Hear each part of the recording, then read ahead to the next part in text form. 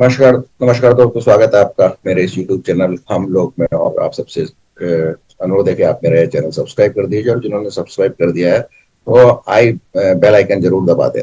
तो बात करते हैं आज एक बार फिर से महाराष्ट्र की। महाराष्ट्र में एक सरकार ने निर्णय लिया था कि जो केंद्रीय शिक्षा नीति के तहत तीन तीन try language three language formula था। उसमें हिंदी और लोकल लैंग्वेज तो एक होगी जो वहां पर है, जैसा कि महाराष्ट्र में मराठी है, और एक तीसरी लैंग्वेज होगी जो अपनी इच्छा से कोई भी चुन सकते हैं। इस पर महाराष्ट्र सरकार ने एक नोटिफिकेशन जारी किया था जिसमें हिंदी को प्राइमरी स्कूल में कंपलसरी बनाने की बात की गई थी, यानी कि वो हिंदी चूज कर सकते हैं, दूसरी लैंग्वेज यानी मलयालम वगैरह वगैरह नहीं।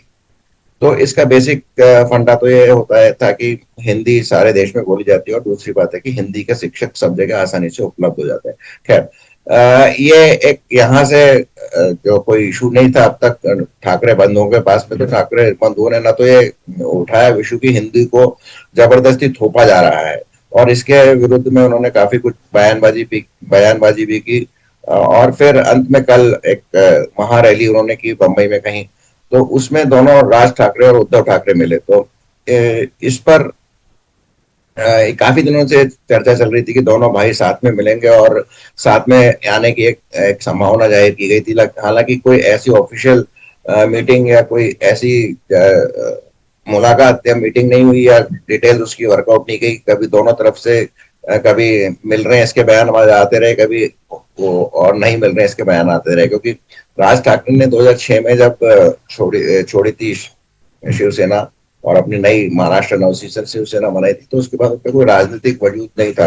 वो कोई बहुत बड़ी संख्या में शिव सैनिकों को नहीं ले जा पाए थे।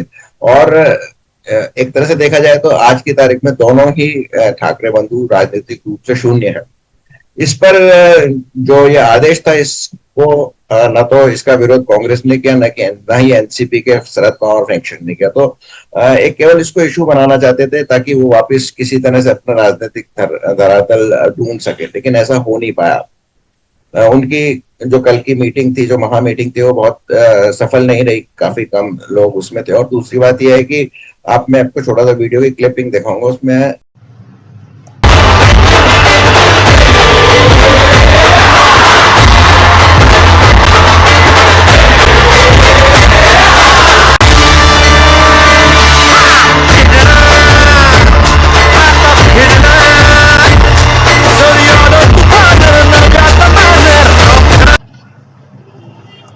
जो दोनों भाइयों के मिलने की बात है, आप उनकी बॉडी लैंग्वेज देखिए। वो उन्होंने बहुत ही कम समय के लिए उनका आई कांटेक्ट हुआ, और जब वो गर्म जोशी के साथ जो गले मिलने वाली बात होती है वो भी नहीं हुई। उन्होंने केवल बाह में बाह डाली और फिर हाथ उठा के लोगों का अभिवादन किया। तो बॉडी लैंग्वेज कहती है कि दोनों में अभी कोई एका होने का संभावना नियर फ्यूचर में नहीं दिख रहा है। लेकिन चूंकि उद्धव ठाकरे के लिए ये जन्म और मरण का सवाल है, बंबई का जो म्यूनिसिपल कॉर्पोरेशन का चुनाव, लोकल बॉडी का चुनाव होने वाला है, उसमें वो चाहते हैं कि किसी तरह से वापस से वो या किसी राज ठाकरे के साथ मिलकर वापस सत्ता में आ जाए, क्योंकि वो ही उनकी ब्रेड बटर है।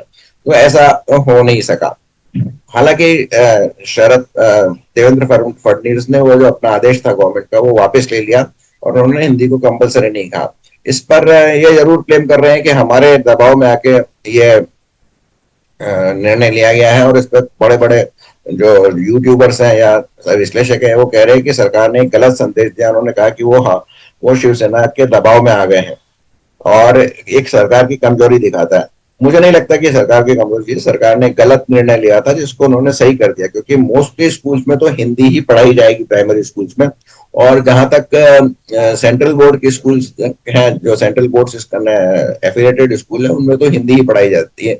वहां पे तो सेकंड लैंग्वेज हिंदी होती है, और थर्ड लैंग्वेज में वो मराठी की तरह मराठी को चूज करते हैं। तो इसका कोई खास एक्चुअल में धरातल पे कोई फर्क नहीं पड़ने वाला था। और महाराष्ट्र में ज्यादातर लोग हिंदी जानते हैं, और वो काम चलाओ हिंदी जानते हैं, और वो बोल भी लेते हैं। इस पर एक बहुत इंटरेस्टिंग वीडियो आया था गुजरात का। गुजरात में किसी कोई अनजान व्यक्ति था, उसका वीडियो था, व्हाट्सएप पे बहुत वायरल है। उन्होंने उन्होंने उसमें कहा था कि क्यों गुजरात में हम तो दूसरे लोगों का स्वागत करते हैं, बाहर आए तो वो गुजराती ना बोले तो भी चलेगा, क्योंकि हम लोग हल्की फुल्की हिंदी बोल लेते हैं और समझ लेते हैं, और उनको अपने समझाने का प्रयत्न करते हैं, और उससे वो समझ भी जाते हैं। धीरे धीरे वो बाहर से आए, वो हमारे मेहमान है, और वो धीरे धीरे हिंदी सीख जाएंगे और गुजराती सीख जाएंगे। तो ये एक बेसिक कारण था, इसका हेडिंग था कि क्यों गुजरात में बाहर के लोग निवेश करते हैं। तो आप कहीं भी देख लीजिए, ये महाराष्ट्र में अभी हिंदी विरोधी चालू हुआ है, अदरवाइज तमिलनाडु और कर्नाटका में कुछ एक्सटेंट तक कहीं भी किसी भी देश में राजस्थान का आदमी कभी मारवाड़ी में बात करने की बात नहीं करता है, मारवाड़ी को ऑफिशियल लैंग्वेज बनाने की बात नहीं करता है, उत्तर प्रदेश में कभी नहीं करता, बिहार में कभी नहीं करता। तो ये एक कीड़ा है, ये तमिलनाडु तक ही सीमित है। और इस पर जब तमिलनाडु के मुख्यमंत्री ने उनका सपोर्ट किया तो इस पर जो महाराष्ट्र शिवसेना के उद्धव ठाकरे के स्पोक्स पर्सन है, उन्होंने ये बोल दिया कि नहीं नहीं, हम हमारा कोई हिंदी विरोध नहीं है, हम केवल प्राइमरी स्कूल में हिंदी को कंपलसरी बनाए जाने की आ, बात कर रहे हैं। तो उन्होंने वहां पे जो स्टालिन की स्टेटमेंट थी उसकी भी हवा निकाल दी। और जहां देखिए, दक्षिण के राज्य जो है वो सालों साल से इस विषय पर लड़ रहे हैं और उनकी जो भूमिका है वो आज की नहीं है कि हमारे ऊपर हिंदी मत थोपिए, लेकिन उसका मतलब है कि हिंदी हम बोलेंगे ही नहीं। हम हिंदी बोलेंगे नहीं, हमारे राज्य में हिंदी किसी को बोलने नहीं देंगे। हमारी ये भूमिका नहीं है। हम हिंदी बोलते हैं, आप देखा, मैं हिंदी बोलता हूं, मैं हिंदी पढ़ता हूं, मैं हिंदी देखता हूं, मैं हिंदी में सोचता हूं।